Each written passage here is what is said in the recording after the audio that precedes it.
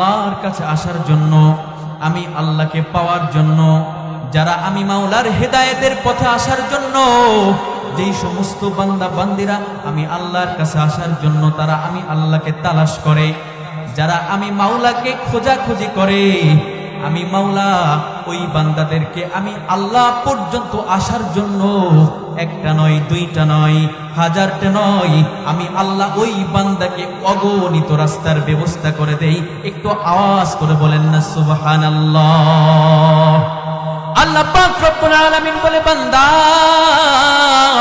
তুমি আমার কাছে আসতে চাও, তুমি আমাকে তালাশ করো, আমি আল্লাহ তোমাকে একটা নয়, দুইটা নয়, আমি তোমাকে আমি আল্লাহর কাছে আসার জন্য অগণিত রাস্তার ব্যবস্থা করে দিব।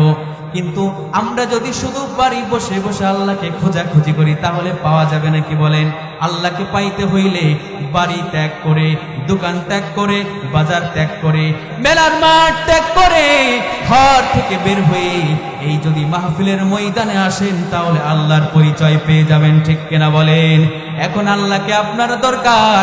আপনি যদি বসে বসে চায়ের দোকানে আল্লাহকে তালাশ করেন ওইখানে আল্লাহ নাই, আপনি যদি বাজারের দোকানে বসে আল্লাহকে তালাশ করেন ওইখানে আল্লাহ নাই। আল্লাহকে পাইতে হলে ঘর থেকে বের হয়ে এই মাহফিলের মঞ্চে আসতে হবে। এইখানে আসলে আপনি আল্লাহর পরিচয় নিয়ে এই বাড়িতে যাইতে পারবেন, ঠিক কিনা? আল্লাহর বান্দা আল্লাহকে বলতেছে, আল্লাহ আমি তোমার প্রশংসা কিভাবে করব? ও আল্লাহ তুমি আমাকে কিছু বাক্য, কিছু জুমলা, কিছু শব্দ তুমি আল্লাহ আমাকে শিখায় দাও। আল্লাহ পাক রব্বুল আলামিন ওই বান্দাকে কিছু জুমলা, কিছু বাক্য, কিছু শব্দ শিখায় দিলেন।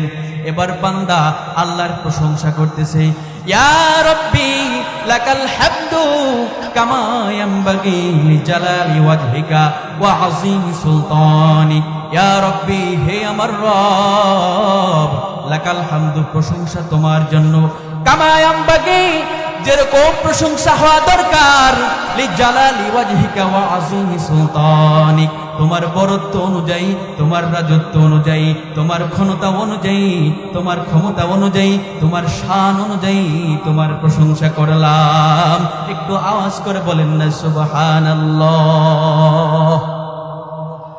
আল্লাহ পাক রব্বুল আলামিন কি যখন এই শব্দগুলো বললেন, এই যে শব্দগুলো বললাম এর সংক্ষিপ্ত অর্থ হলো, আমার আল্লাহ যেমন, ওই বান্দা বলতেছে আল্লাহ তুমি আল্লাহ যেমন, তোমার প্রশংসাও করলাম তেমন। সুবহানাল্লাহ।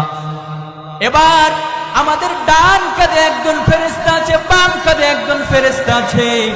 ডান কাঁধের ফেরেশতার কাজ হলো আমরা যে ভালো কাজগুলা করি, আমরা যে